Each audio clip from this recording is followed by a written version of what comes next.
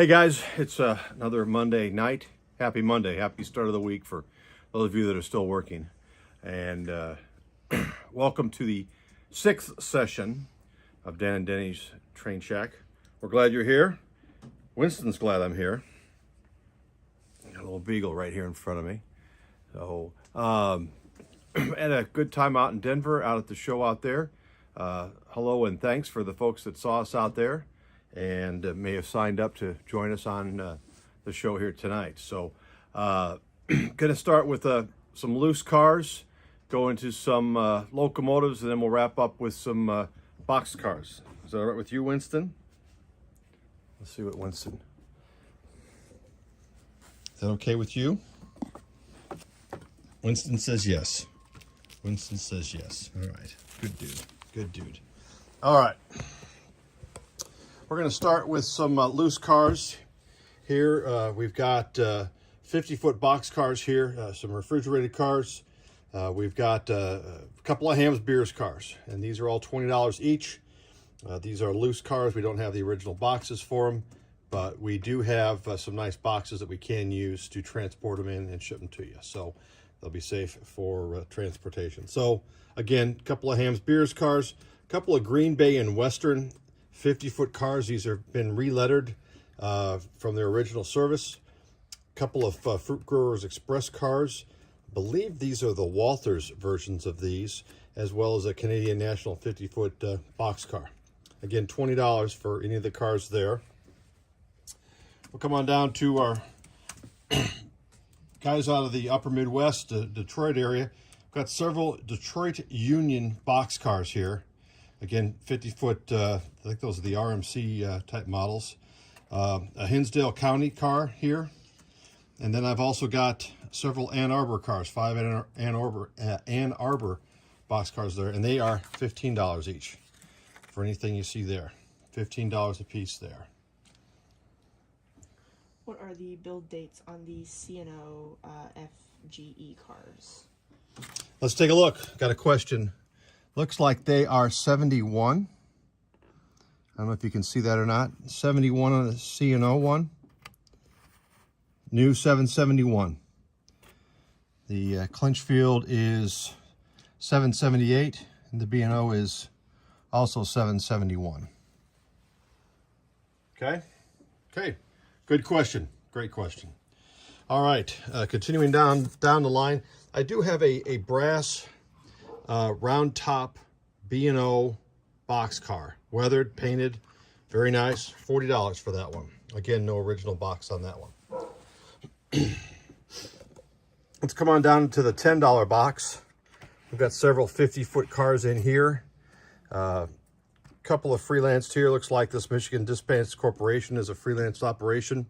A couple of 40-foot cars, an L&N, Gerber reefer car.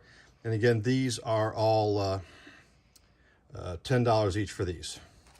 Kind of a nice L&N for 40-foot box there as well. So one more box of box cars at $10 each for anything here in this box. Again, we've got a couple of short lines in here.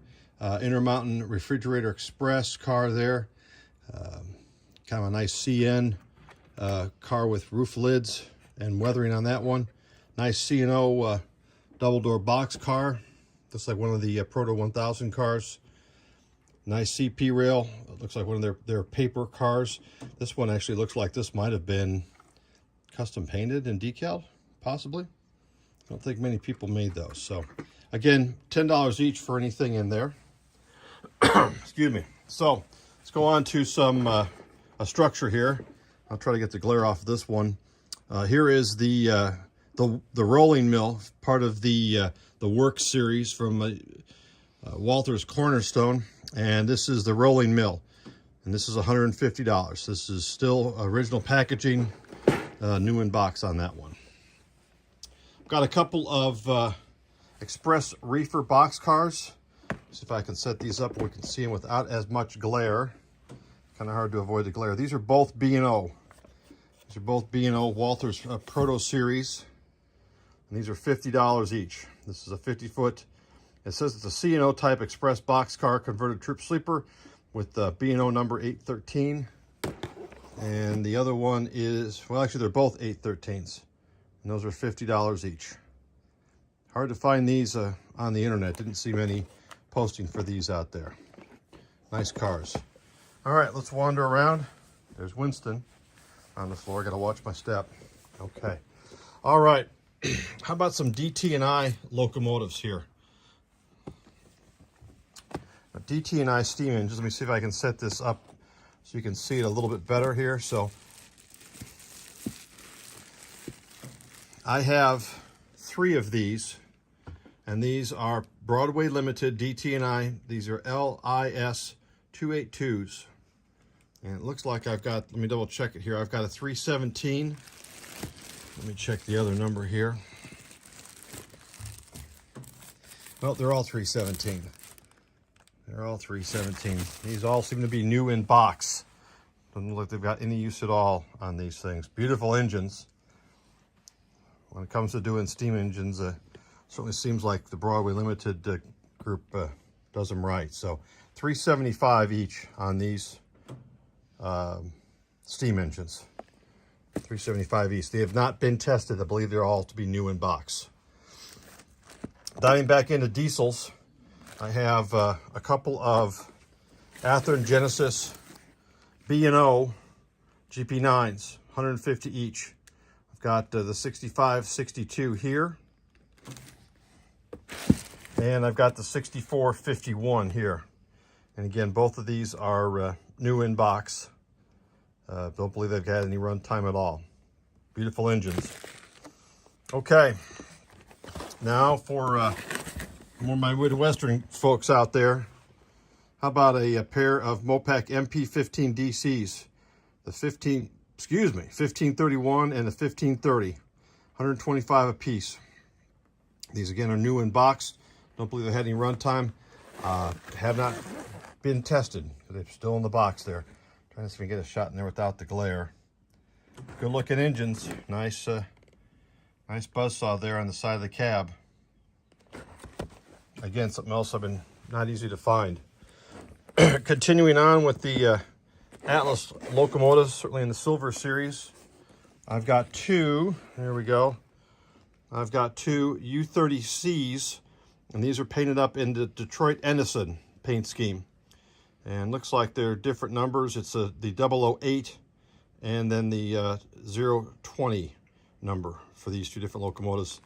These were, Detroit Edison had their own locomotives to move their coal trains to and from the power plants in Detroit. They also had quite a few coal hoppers that are still being used today up in the Powder River Basin, believe it or not. So 125 a piece for these beautiful locomotives. Again, have not been tested. I believe to be new in box. All right, let's go back into the steam engines here. And what I've got here is, bear with me while I bring it around here, I've got a K4, the signature Pennsylvania locomotive, as I think a lot of people would probably agree with me on that one. The K4, this is a Broadway Limited. I believe this is sound and DCC, and this is $400 for this one. Again, believe it to be new in box. So got the wrapping on there, and I believe it's also, it's kind of hard to tell here without getting into it, but I believe it's got the solid pilot, which my PRR fans would tell me more about that, but I believe that's it's a newer version with the solid cast pilot. I believe that was from the 50s, if I remember correctly. So diving into some brass, I've got a Sunset model, a PRR 280 tender only, and this is $100 for this one. This is again, this is brass. Appears to be in good shape. Original packaging here. Okay. Moving on, continuing on with more Broadway Limited Broadway Limited steam engines. Beautiful steam engines. How about this one? How about a PRR I1S 210O, and this is the one with the large fuel, large tender. The tender's almost as big or bigger than a locomotive. It's a beautiful Beautiful model. $300 for this one. And again, there it is, believed to be new in box with the original, all original packaging. And again, it's kind of hard to see in here, but I don't want to necessarily get it out of the packaging being brand new. All right, one more Broadway Limited locomotive to take a look at here. And again, another big one. This is the PRRJI number 6438. And again, with the huge tender, this is $300 for this one. And again, believe this to be new in box. Don't know if it's got any runtime, if any at all. All right. A couple more locomotives and we'll wrap it up from them. These are the Ironwood System locomotives, and these are obviously some short line. I'm not familiar with it. If anybody is a short line or a freelance road, if anybody is familiar with it, let me know. Give me some more details about it. Obviously got an IC style herald on both of them and some similar IC coloring. But these are some of these first round of these Atlas GP7 locomotives. This is where the frame is cast, and these things weigh a ton. They're excellent. If you ever had any of these, they didn't have a lot of details on them when they first came out, but they could easily be added, and they were pullers and runners and run smooth and quiet. Great locomotives, $50 each for those locomotives there. I might even keep them myself just to use them for power plants because they are so awesome. Great locomotives. Here's a hard to find one, DT&I 2-pack of the with the yellow car and the black hoods. $75 for a 2-pack here. $75 for this, the angled hoods on the DT&I coil steel cars. All right. Comments? Anything? Okay. All right.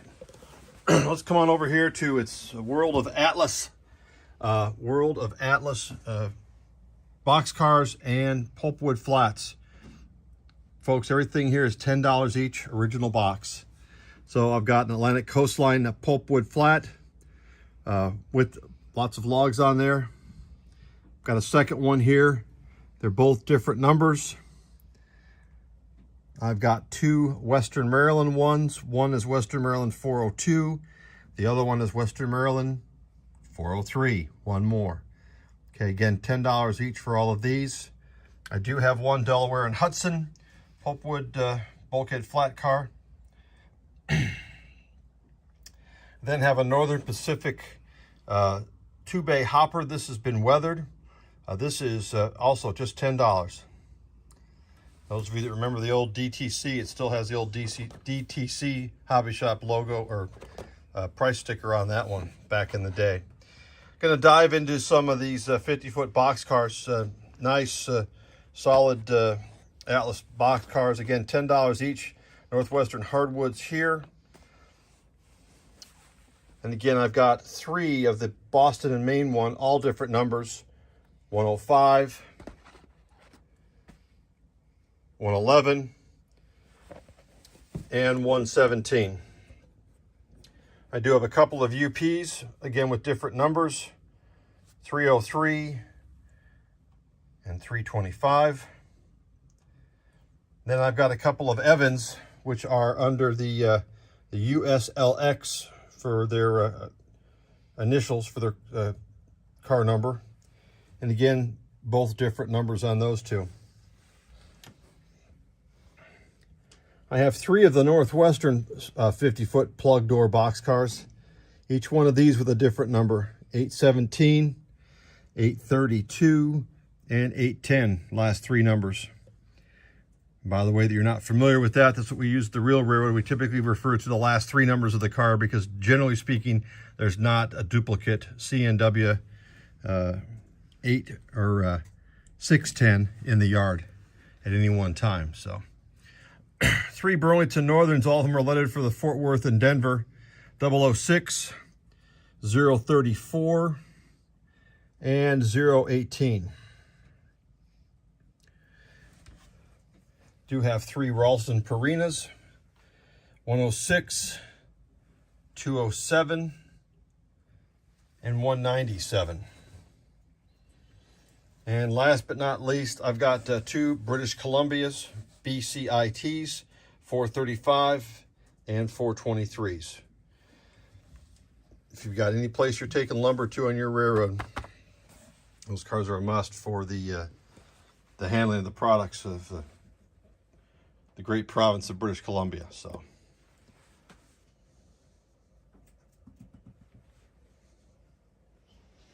all right, that is going to wrap it up for tonight. Not a huge session, but hopefully enough to pique your interest. Hopefully you found a couple items there that you liked and enjoyed. Kind of a brief overview here, or a big overview of what we've got left out here. Appreciate you guys watching. Hope you'll like and subscribe to us. We'll be back again next week with more.